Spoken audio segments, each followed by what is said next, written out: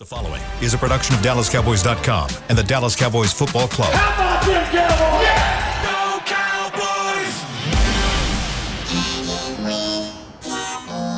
Blowing out of the backfield, exploding down the sideline. This is Hangin' with the Boys, presented by Wingstop, where flavor gets its wings. Now, your hosts, Nate Newton, Kurt Daniels, Jesse Holley, and Shannon Gross.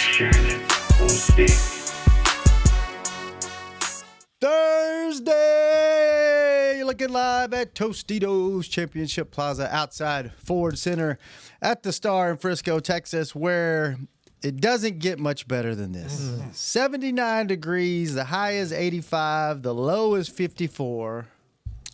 Here, Shannon. How's lunch? Down the wrong way. Here, Shannon. That's Kurt. In the back is Chris. I don't know where Nate at. Don't know. We don't know either. We don't know where Nate's at. Not here. Not here. I am Salt and Pepper Poppy. Together, we make Hanging with the Boys. That didn't go down the right way. Struggle bus. The sports talk equivalent of Braille. People feel us when we speak. Whoa. Or do that or whatever when things come out of our mouth, sounds. Brought to you each and every day by Wingstop, where flavor gets its wings. How you guys doing? Better than Jesse. I'm doing here, I good. think. You're welcome, Chris. Yeah, we'll give Jesse a minute to recover. I'm dying. I'm back. Yeah. Oh, Hot okay. sauce. Damn. At least you made it to the sauce. show. I died last week and didn't make it to the show. So, They were calling you soft and everything. dude, I hadn't been. I don't know if it was us. Maybe you. I'm not a machine, Jesse. I'm not a machine. Neither am I. You would not have wanted me on the show Thursday. Bad situation. Just snot and eyes running all over the microphone would not have been good. So, Yuck. but it was only one day, and I was good. So, man, do y'all remember and we'll get. I want your take on part of this, but do y'all remember? And it probably happens every year. You just don't realize it. This many big names flying around and trading teams and getting cut and.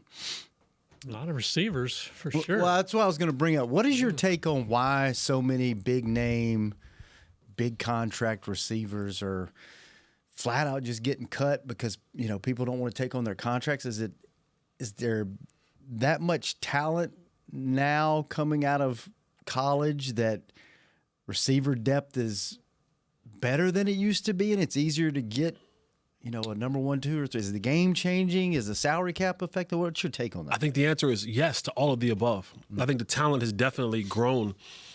When you think about now, look at how many kids in high school are doing private training, one-on-one training. The development of the game is happening at a much faster rate. So you're getting more college-ready players.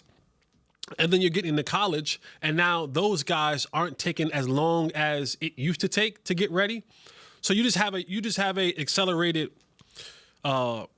production that is happening in the skill positions. And the kids are getting bigger too, right? Bigger, stronger, faster, across the board.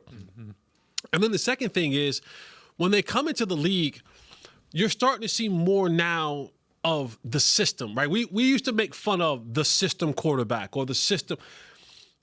Look at what the Niners have done the last couple of years. It's like plug a player in here. He runs this. We run this system. If he does what I need him to do in this system, everything flows and everything functions. And so you're seeing more of that. You're seeing more of the new age coaches come in, taking a lot of the think workout, taking a lot of the skill workout of, hey, just be where you're supposed to be when you're supposed to be there in the progression of this route, and you'll be open. So is that a testament of how far ahead of the game Bill Belichick was? Because isn't that what he used to do? Yeah. Take player A, B, C, D, E, Yes. G, and then put them in here, and they're still going to get this many yards. And Those teams who develop those type of dynasties, you look at it, and it's only until the rest of the league catches up, and then you're no longer the hot shot again. And we saw that with the Shanahans, the McVays. you become the old guy with the hot shot, young. You got to reinvent yourself. You got to find other ways to become hot. And so now teams are just looking at it and saying, I can find the next guy. And it's you, and then you end up having the big names are casualties of doing business. Because yes, we signed you, and we talk about the Eagles a lot and how they're doing business. Eventually, they'll have to pay the piper. They're winning now, but in a couple years, you'll see, oh man, they had to get rid of Saquon. They had to get rid of Devontae, and they had to get rid of AJ, because you just come to a point where you can't push that bill down the road anymore. The window of you winning at that cost is just not feasible anymore. So you start seeing teams let go of these guys, and just basically no one wants to say it anymore. It's kind of like a forbidden word grouping, but it's a soft rebuild. Like the Niners are going through a soft rebuild. That's what they're going through right now. It's some major cuts. Right? They've had some major cuts, and when you have a quarterback, and this is the key part of it all, when you have a quarterback on a rookie deal, that gives you, think about it, in essence, $50 million a year to play with. Wow. Yeah. When you think about it, when you have a quarterback who's on a rookie deal, I have an extra $50 million that I can go and do what I need to do with. And then it comes to a point in time where now you're looking up and you're saying, uh-oh. Like Washington, they're able to do what they're able to do because Jayden Daniels costs a very little bit amount of money towards their overall salary cap. And it just amplifies it when you have a rookie quarterback that's really good. That's really good. It helps you. Right. Right? They did it with Brock Purdy. When Brock Purdy was playing well, it's a rookie deal. Yeah. That's part of why they're cutting everybody. They got to pay him. They got to pay him. They have to make a decision. This is a guy we're going to go forward with. So we got to make room, because if we're going to do a deal now or in the next year, it's going to cost us $45 to $50 to $55 million to play quarterback in the National Football League. And so we can't keep all those big names around and pay him. So it's like, let's start our soft rebuild now. Let's go through our little bit of hiccups now. And then next year, we'll come out the gates and we'll be signing guys and doing guys, because, you'll sign them. And once you sign them, the money gets pushed towards the back of the contract. So you'll sign him. He'll have a big time signing bonus, but it'll count pennies towards the salary cap of that year, which means I can now go and play back in that pool again. I can go play in the pool of getting those players, yada, yada, yada, and then it'll come to roost in a couple of years. So it's a combination of all of those things being yes. Okay. Kurt, Yeah. how do you feel about what the Cowboys have done in free agency so far? Well, Keeping guys, letting guys go. yeah, I mean, I think there's certain guys it'd be nice to have Jourdan Lewis here. I don't know if $10 million a year was worth that. Same with DeMarcus Lawrence. He's got a real good deal with Seattle. It'd be nice to have him. They're got some big holes to fill, especially on the defensive line, cornerback, some other spots.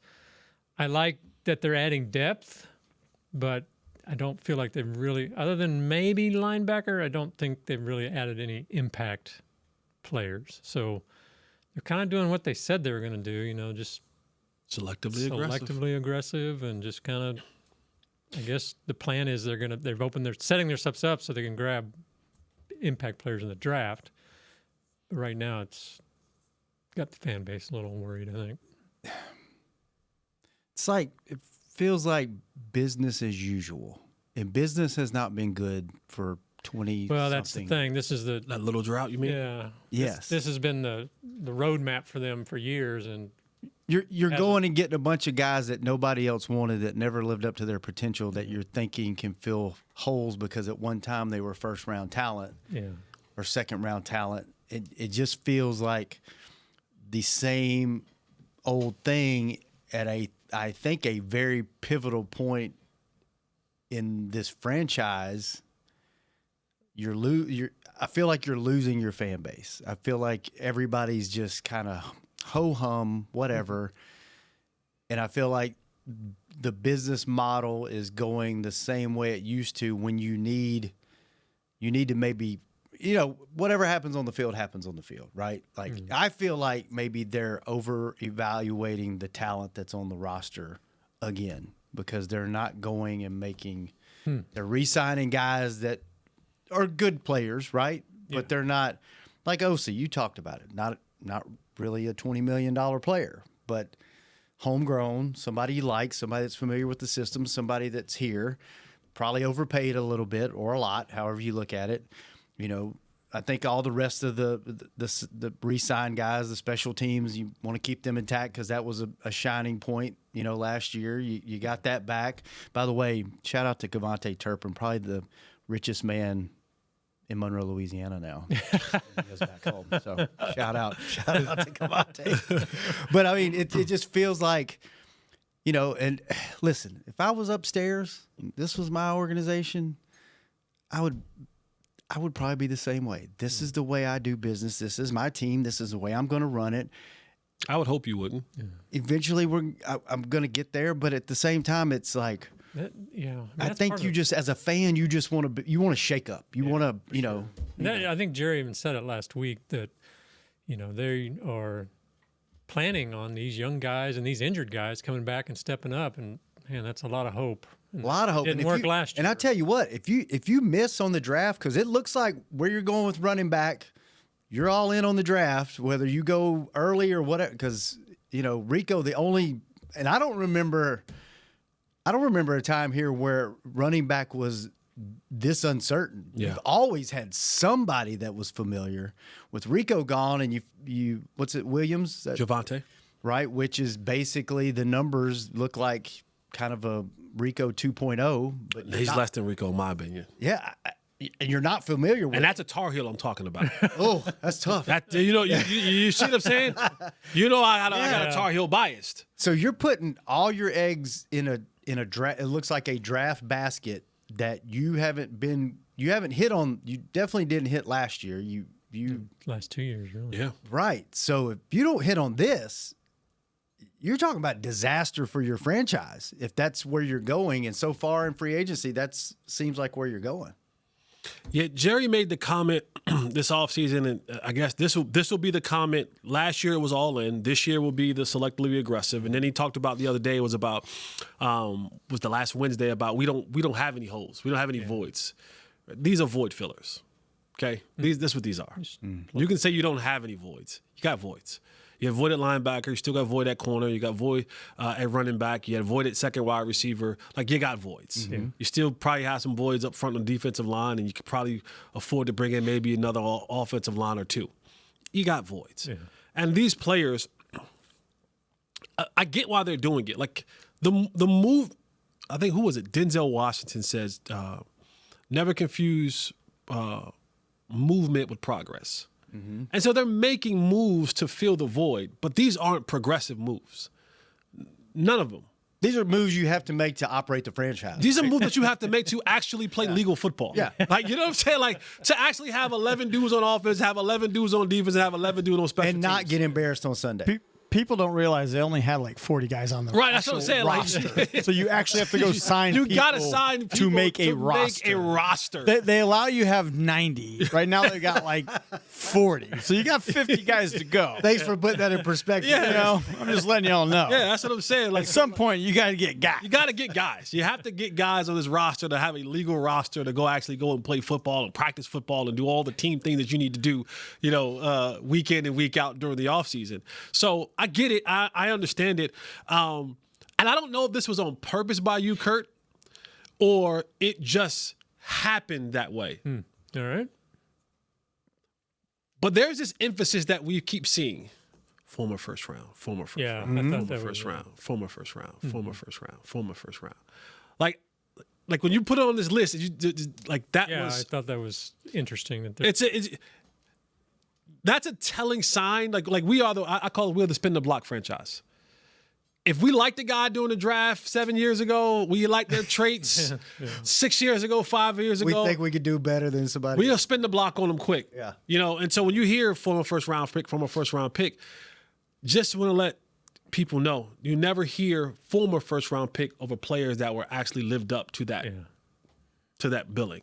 You don't hear that. You don't hear former first round pick for guys who actually lived up to it. Now you get released, 7, 8 years down the road, but you lived up to that first round. You never billing. hear Michael Parsons described as a Former first round pick. You don't hear it. Yeah. You just don't hear it because you hear them by their first name, Micah, and everybody in the league knows who they are. you see what I'm saying? Like no one says Miles. No one says former first round pick Joey Bosa. Right. You know what I'm saying? This is Joey Bosa. Yeah. Right. You know what I mean? Like, so that's a telling sign to me. And the Cowboys are they always looking for the traits. It's always through the traits plus reclamation project, for affordable price. Measurables. This is the kind of guy we like. Those are the traits, right? Like they measure a certain way, they do a certain thing, and we like them in the draft, and they will come out in the draft. And so all those things boiled up in one is what you see in the newly acquired players that the Cowboys have. And we can kind of go through them, and I can give you my thoughts. I've had a chance to watch some of them, not all of them, and I haven't watched all of them extensively. Just kind of peeked in, and yeah, we can talk about them and see, I guess, give a grade to it or what have you. I told you some of those grades that Pro Football Focus was giving out. Ooh. Yeah, let's get in. Do you still have that? Yeah. Pull that up, and when we come back, we'll talk about that. And by the way, Osa, you are now a $20 million player, despite what Jesse said. What's wild is You are. he actually left money on the table. From what DeMarcus looking like right now, I don't know if he and his agent was like, let's just get a deal. He's actually left. He could have been more of a richer. He should have been more of a richer Could have man. been a $22 million Could have been. player. Could have been easily. Maybe that's not important to him. Maybe it's not. Maybe quality of life and where you're at. And Amen. maybe he has the inside track. I mean, on what this you can team. do with 20 that you can't do with 22. That's a Or great 22 point. or 20, whatever. Yeah. Great point. Yeah. That extra $2 million when you're already making 20. Well, depends where he's signing. Texas, yeah. It's Yeah. I'm just saying. That actually He actually not brought left that anything up. on the table. Yeah, I know. I heard that in his interview. He brought that up. Yeah, he but, brought it up. Jacksonville might give you some money. All right. When we come back, let's look at some of these guys and say farewell to a few old friends of the show. Sad day in Cowboy Land. We'll be back. How's Wingstop sound?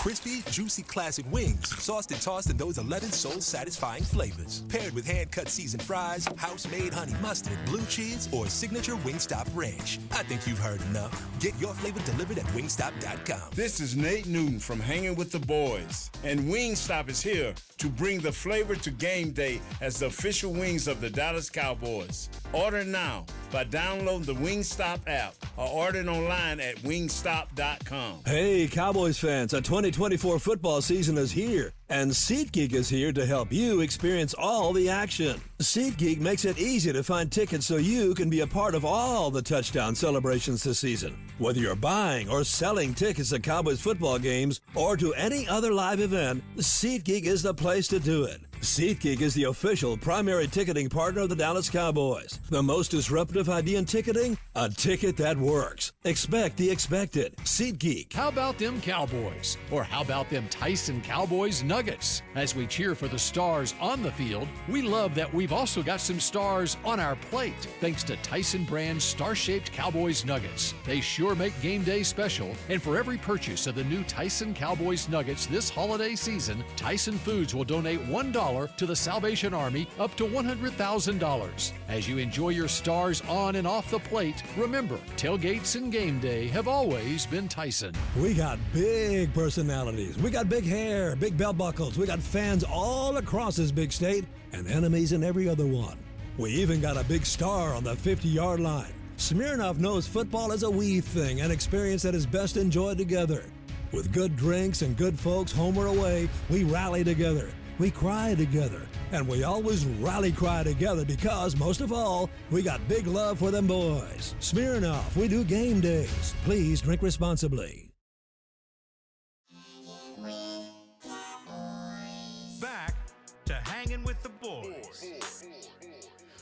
Welcome back to the second segment of Hanging with the Boys, brought to you each and every show by blockchain.com. Thank you, blockchain.com. Kurt, hey, yes. roll on down to the Roller Grill at 7-Eleven, Right. right down the street, and grab your favorite items off that Roller Grill. Then enjoy a big gulp.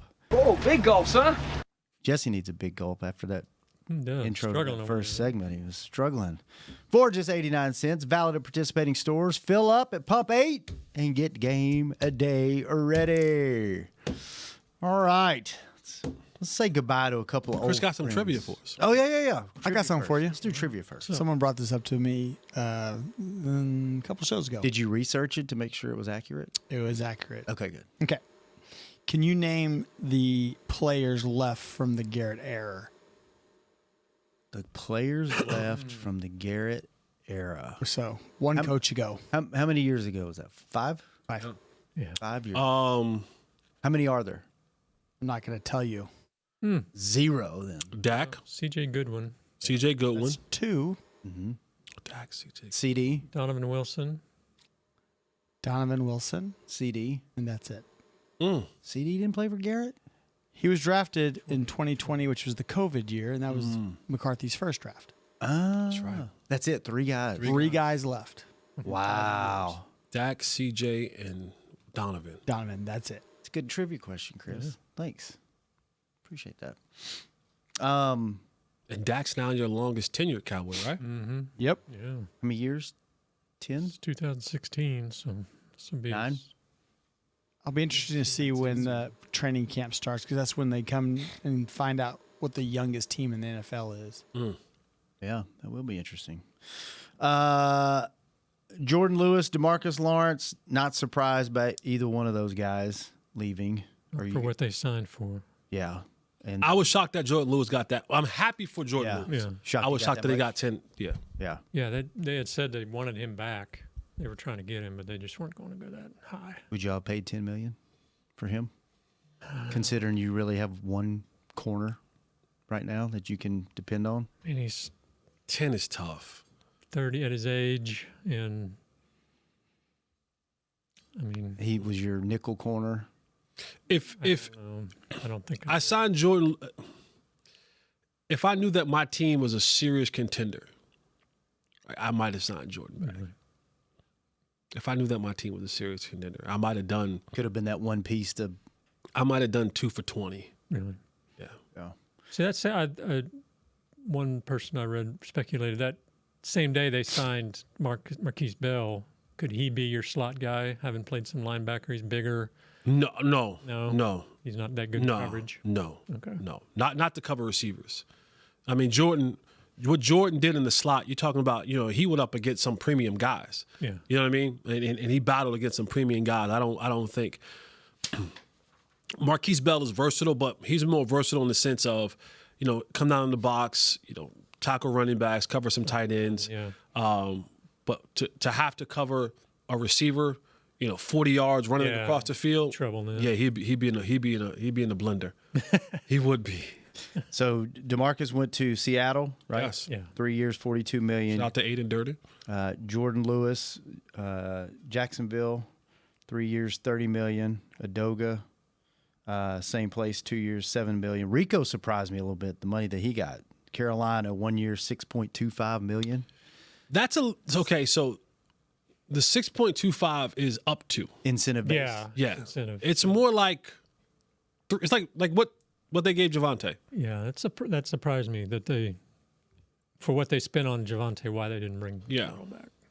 And then Chauncey Golston signed with the Giants, 3 years, $19.5 million. One thing about DeMarcus Lawrence, boy, he don't miss when it comes time to go into the bank. No. He don't miss. That's his, third big contract? He don't miss. And he's been hurt a lot. Was it David Cantor? Is it Cantor? So Whenever it is, in fact, all of David Cantor's clients, right? Lawrence, Lewis, Rico. Yeah, I think Dowdle's in there. Dowdle's in there too, right? Yeah. Yeah, but when it comes to whenever David Cantor, DeMarcus Lawrence, they see eye to eye when it comes to them checks, because he don't miss when it comes to DeMarcus Lawrence. Good for him. They go to the bank together. Well, happy for all those guys as people. Sad to see all of them go from a team perspective. Then re-sign guys, of course, the punter, Anger, 2 years, $6.4 million. Kevontae Turpin, 3 years, $13.5. Your long snapper, 3 years, $4.45 million. Marquise Bell, good to see him back, 3 years, $9 million. C.J. Goodwin, which has been here for, seems like he's 50 years old. Wow, yeah. 1 year, over when he got here. $1.4 million, and Osa, 4 years, $80 million. So I wanted to get Nate's opinion on this because he was preaching, we need all those guys back. We needed Jourdan, Golston. Don't do like last year we lost Armstrong and Fowler, and man, they did exactly that. So would you, just looking at who the newly acquired guys are, the guys they let go, these are what you said, gap fillers, right? Mm-hmm. Would you have left some gaps open to get some of these guys back and move this money around? Like DeMarcus, I love DeMarcus. I don't know physically what he's got left because he's, with his back problem he's had, and then what is it? What was foot. Not good problems to have as a defensive end. So that money's a little bit steep. But these other guys, I would have thought you would have. It's a lot of money for these guys, but looking at who you signed, does it balance out? Would you try to keep your own guys like Nate said, or do you think it's good to kind of move on and try some different? Out of the 5 that we lost, I think 3 I would have liked to keep. I would have liked to keep Jourdan, Rico, and Golston. Mm-hmm. Those 3 I would have liked to keep. If you could have somehow, some way. And I don't even know if it's really like money, because even when you're sitting right now, the Cowboys, yes, they got some more depth, but I don't know if the replacements are better than what we lost. Right. Yeah. You know what I mean? Like, I don't know if that's like Javonte to me, and Kurt has the PFF grades for it. If you value that for whatever you value that for. Javonte's not better than Rico. No. He's not. He's not. Maybe he's a better pass catcher out of the backfield, but he's not a better running back than Rico. I don't know what Gabe Jones is. I mean, they'll have some competition there, but if that was the case, whether it's guard or whether it's tackle, with Chuma. Do you like that these are all like 1-year deals? Most of them, and it's just like a quick. That's what lets me know these are like fillers. Yeah. These are void fillers, because you don't have any long-term plans. And let me also add this to the mix. Just because these guys are signed today, that don't mean they make this football team. No. Mm-hmm. Like there's a none of this money like is really, really guaranteed money until you get onto the roster. After whatever the September date is that you add to the roster, and that money becomes guaranteed. Whatever you get in your signing bonus, that's whatever those guys who have some signing bonuses, but it is not. This newly acquired list are a bunch of guys who, like Chris and I was saying earlier, we got to field a team. You got to put guys on the team to field a team. Doesn't mean that they're going to actually be here when we break camp and we start our season off in September. That's not none of these guys are etched in stone. No. And so we'll see. We'll see what they have. Like I said, what it lends you is I don't have to go into the draft with dire needs. Like if I go into the draft and I can't really get the linebacker I want, I'm not too tore up about it because I got 2 linebackers already. Yeah. You know what I mean? As opposed if you go into the draft and all you got is Maris on your football team right now, and what's the guy who was in the doghouse last year? Damone Clark. Yeah. Now you go into the draft and you almost it's a pressing need. Now you may have to kind of really go above and beyond and get a guy because you don't have any guys. Yeah. These guys, they're. Well, I don't know. You might still be running back and corner. You might still be. No. You're still going to draft those guys for sure. But again, Jerry said it about, I was a little bit over ahead of my skis when I drafted a first-round left tackle, and I just threw him out there and thought it was going to work. So you want to kind of have some guys in position if that young fella ain't quite coming along like you need him to, because it's a lot of pressure on your organization to go into the draft and saying, well, I need rounds 1, 2, and 3 to hit. Yeah. Like, that's pressure. Yeah. Like, I need 1, 2, and 3 to be instant impact, productive human football players today. Now, normally you feel that way about 1, right? 1, you're kind of saying like, all right, I'm at 12. 1 should come in here and be able to go. Mm-hmm. You feel that way. 2 and 3, you kind of, the percentage goes down a little bit, but you're still kind of feeling a little bit hopeful for it. But the pressure is on now that, boy, we missed on our last 2 drafts, so to speak. Not so to speak. You missed your last 2 drafts, early on. I got to get these guys in here going right now, because if not, Kenneth Murray's not the guy that you're going to want out there as your starting middle linebacker. Rotational guy, sure, but if he's your starting backer, if Javonte Williams is your starting running back, life can get difficult. All right. Getting depressed. Let's take a break. Let's take a break. We'll come back. We come back. Chris, you brought it up. Kurt, you had it kind of in your notes.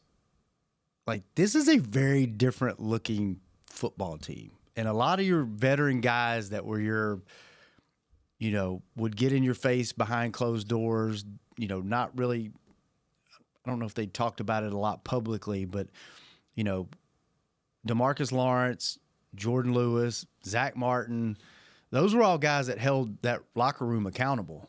And now within 5 years, you've got 3 guys that have been on the team 5 years or longer, right? Mm-hmm. You got these leaders in the locker room that are gone. So let's talk about the locker room dynamic, because I've talked to Nick about this, and it always seems to come true. And I want to get your take on it, because I think a locker room morphs into what most locker rooms are the same. You have the same characters. No matter who you get rid of, it's almost like, okay, we need a jerk. We need a nice guy. And people morph into those roles as people leave. Because you're always going to have an Orlando Scandrick, right? You're always going to have somebody that's you hope not real nice to the media, right? To humans. Not just media. But you're always going to have, the nice guy. Like, I want to get your take on that, because you've been in a lot of different locker rooms. How, you get rid of this guy and then all of a sudden somebody kind of takes on that role. But this is very different, and, maybe it's a good thing with the new coaching staff coming in and they can kind of mold it, or does it mold itself? Let's talk about that and maybe some other things when we come back. The final segment of Hanging with the Boys. Be right back. How's Wingstop sound? Crispy, juicy classic wings, sauced and tossed in those 11 soul-satisfying flavors. Paired with hand-cut seasoned fries, house-made honey mustard, blue cheese, or signature Wingstop ranch. I think you've heard enough. Get your flavor delivered at wingstop.com. This is Nate Newton from Hanging with the Boys, and Wingstop is here to bring the flavor to game day as the official wings of the Dallas Cowboys. Order now by downloading the Wingstop app or ordering online at wingstop.com. Hey Cowboy fans, I'm Dak Prescott, quarterback of the Dallas Cowboys. But lately, I've been learning a new game, crypto. Sound confusing? Don't worry, even us pros were rookies in crypto once. That's why I trust blockchain.com. They make crypto easy. No confusing jargon, just the tools to help you win. Prescott keeps it, slides with a first down. Invest like your icons, where everyone is a rookie in crypto with blockchain.com. Perfect throw, my goodness.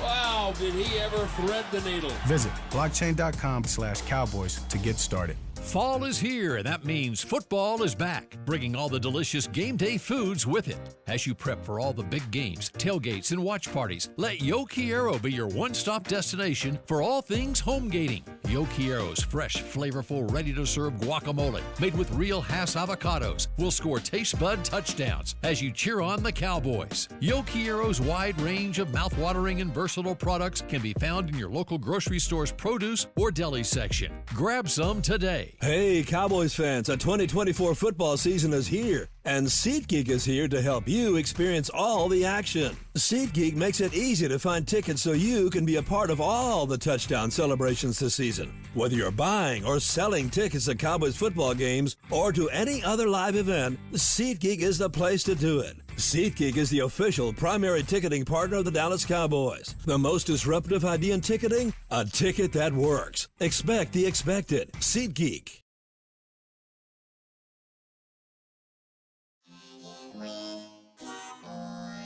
Back to Hanging with the Boys.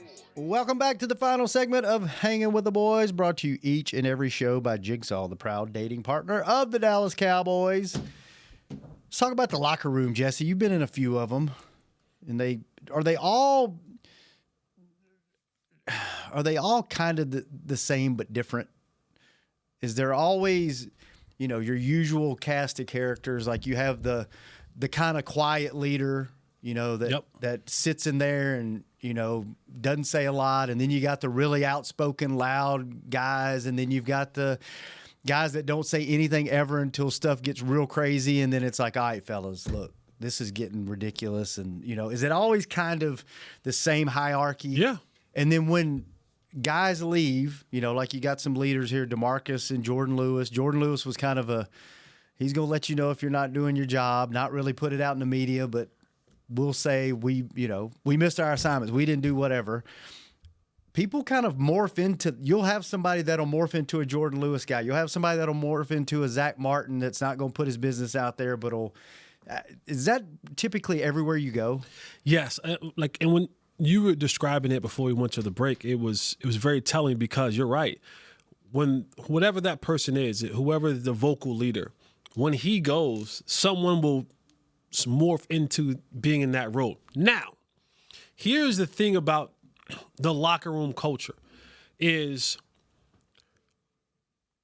it's not who has the loudest voice, but it's about whose voice do they listen to the most. Because you can be loud and we don't listen to you, right? Or you can be kind of soft-spoken, and when you speak, it speaks volumes, right? You've been around people, when they speak, everyone shuts up and listens.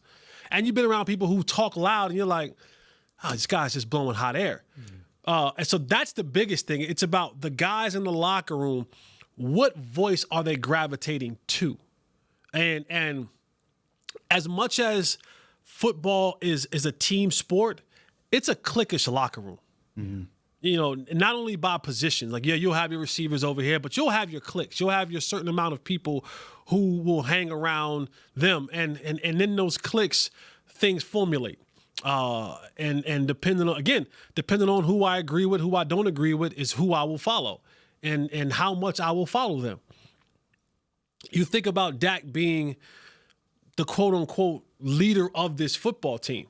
And it's funny that you brought up leadership, because DeMarcus Lawrence was one of those guys who was a leader, and Jourdan Lewis was one of the guys who was a leader.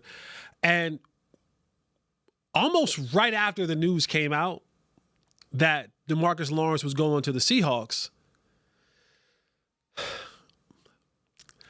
presumably the next leader in the pack tweets out, "It's my time, Lion face." And you guys know where I stand on when it comes to leadership. Yeah. You ain't got to keep shouting that you're the leader. Right. The lion and the pride don't keep shouting out that, "Oh, I'm the lion, I'm the leader." He just is. Yeah. He beats the one that was in charge, and now everyone follows. And so that's going to be an interesting thing to look at, because who are the masses listening to? And leadership, it breaks down to just being the best player, more than just being the best player. And leadership takes so many, like, if you're old enough, if you're our age and older, you understand and you knew Michael Irvin was hell on wheels off the field to deal with. But he was the leader of the Cowboys. Right? Like, Nate will tell you that. Most of the guys will tell you that. And it wasn't because of what he did off the field. It was because he was the first guy in, last guy to leave. Nobody worked harder than him. He worked out. He was in the film room. He challenged you. He showed up. And you can know Mike can be out 3, 4, 5, 6 o'clock in the morning. He wasn't missing practice. He wasn't going to be late. He wasn't going to half-A it out there on the football field. He wasn't going to blow assignments. He wasn't going to drop the football. He wasn't going to take off periods in practice. You knew that. And so that was a guy, when he spoke, you listened. That was a guy who you followed, despite what he was, in his off the field life. So you just want to make sure that when it comes down to that leadership, that you're being that guy. And I should say that there's a fine line that is drawn, because what you do outside of football is no concern to me unless it has to do with affecting what you do inside of football. Yeah. Now, when you leave out this building, if you want to go and you got 6 girlfriends, don't care. Not my business. Not my business. Right. If you want to go drink, not my business. Not my business. If you want to go cheat on your wife, ain't my business. But if that is affecting what you do in the building, it becomes my business. Yeah. Because your job ultimately intertwines with my job. Yeah. You see what I'm saying? Mm-hmm. So that's when it becomes a problem. And that's why when people say, well, Mike did this, it never affected what they did on the field. It never affected, it never impacted in a negative way what we were as a team. And in most, I'd say 80% of being a leader, or 80% of in a locker room, is the work and the work ethic. Because if you work hard, the respect comes from that. You got to be good, right? You can't be you can't be a mediocre player or an okay player and be a leader. I don't think. I think you've got to be really good at your position, and then you have to do the unspoken work, the film work, the like a Sean Lee kind of guy, right? Like really good at his position, didn't talk much, but was always in the film room and was always working extra and always doing the extra work. And then you develop, people gravitate towards that because they admire that and they respect that. So then that's how you build kind of that following in the locker room. Or have you ever seen a leader that's a leader that kind of had a reputation of, he didn't really do the work, but hell, he's a hell of a player. And are there different types, or do you have to do? I don't want to. I'll tell you off the air. Okay, I'll tell you off there because I don't want to. But some of your favorites, some of your favorite Cowboys, at least in the time that I was a part of the team and I've been covering the team, some of your favorite Cowboys who were quote unquote the leaders of the team, you ain't want to follow that junk. But were they leaders to the locker? Everybody has their own opinion outside. No, right. Facing like, oh, he's a leader. But when you really get to know like the people in the locker room, like what we're going to talk about off air, I know some of the guys you're going to say. Right.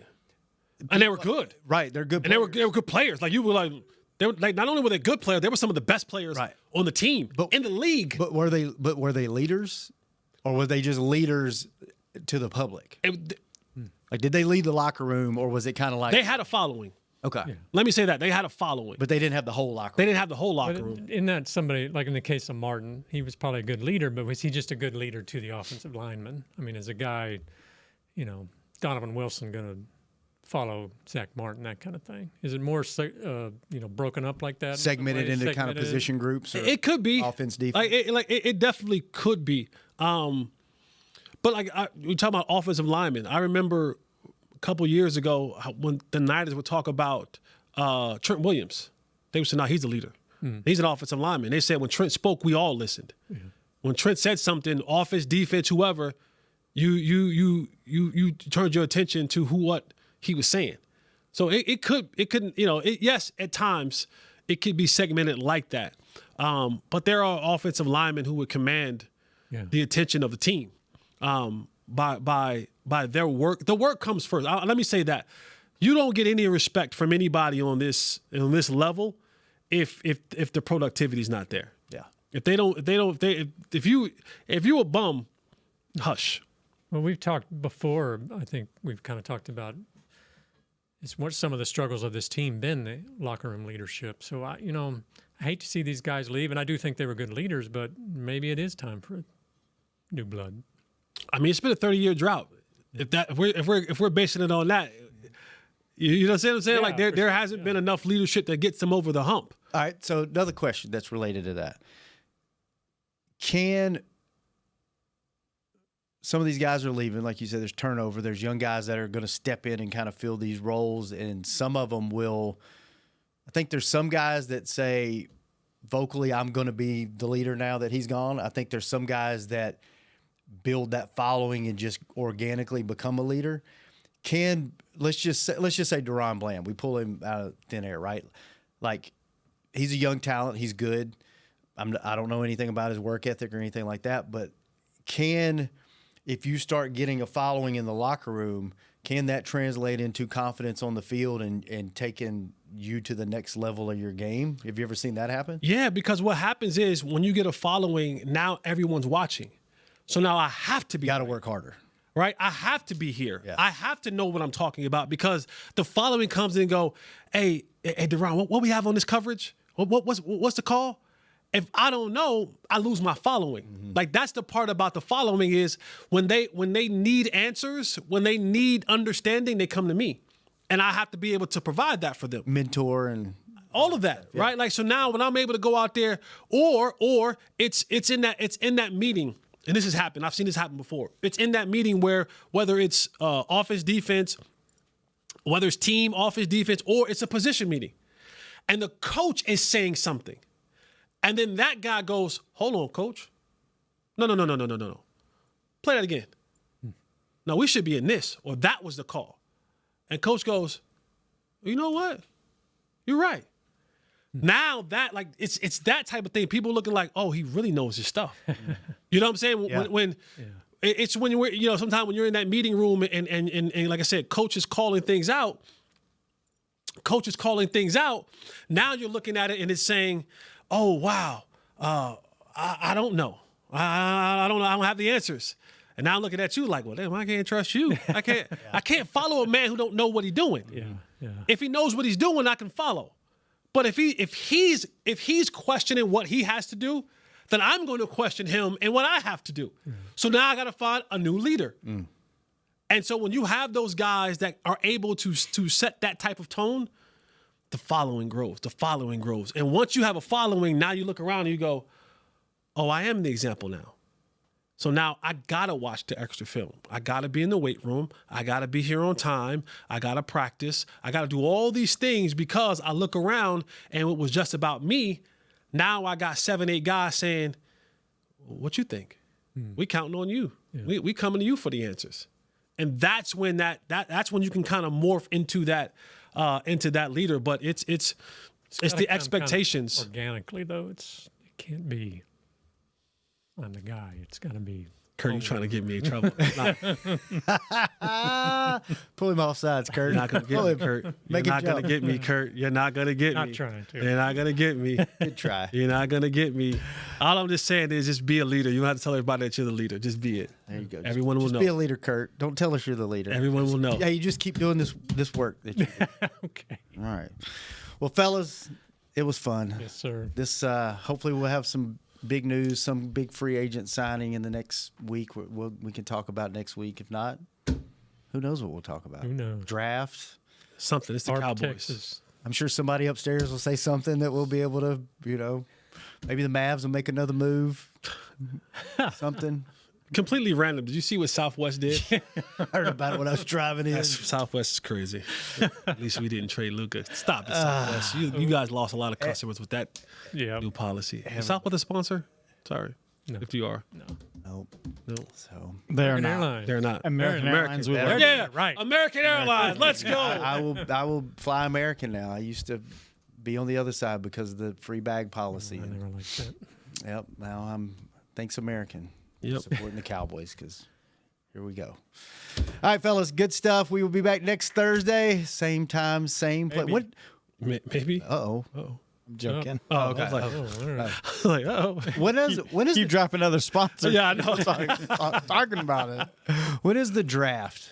April 26th. Yeah. The 26th. 26, 27, 28. So we have a month and a half before the draft. So we'll start getting into draft talk soon. 365. Start breaking down that film for us. I will. Yeah, right. I'll get you been working on my book for Yeah. for several You months. guys working on your draft magazine, right? Yes. No. Deadline Maybe this so? week. Yeah, we're Oh. working on it. Yeah. When's it come out? Deadline makes deals. Yeah. Probably by the time it gets online and everything, it'll probably be first part of April. First part of April. Who all's contributing this year? All the normal writers, Kyle's doing a lot of the work. Tommy, Mickey, Patrick, all involved. Yep. Good deal. You? Oh, sure. Yeah. No, We got to plug yourself, Kurt. That's a given. I'm You're a quiet editing leader, it. but hey, leader of the magazine. No, he just they know. That's right. They know he's a leader. doesn't have to say. He don't gotta say it. They know. Those that need to know. And I'm going to drop. The draft is the 24th. 24th? There it is. 24, 25, 26. Oh, there it is. Okay. You go 27, 28, 29, you'll be very disappointed. Yeah. Well, 26, you'll be good. Yeah, you'll be like, when's the first round? the first We're already round? in fourth? Jeez, this is going quick. It's in Green Bay this year. Yeah. How many people do you think are going that, have heard about Lambeau and the mystique and the aura of Lambeau Field, and they go to this draft and they get there and they go, this is a terrible decision. There's nothing to do in Green Bay. I want to know where all these people are going to stay. Yeah. Right. Milwaukee. Shuttling from Milwaukee. Yes, but it's like I guarantee you there's going to be a large number of people that are going to go and just be like, this is it? Cheese it up. Amazing They're stadium. going to be like, we went to Green Bay and stayed in Appleton? Yeah. Hey, don't knock Appleton. That's Them Airbnbs around the stadium going to be lit. You ain't lying. I would take vacation and be like, take it for a week. Take it for a week. Yeah. We'll go to Mexico. Those Airbnbs. All right, we'll be back next week. Hopefully, tune in to see if we make it or not. Hanging with the boys. We out. This has been a production of DallasCowboys.com and the Dallas Cowboys Football Club. How about this, Cowboys?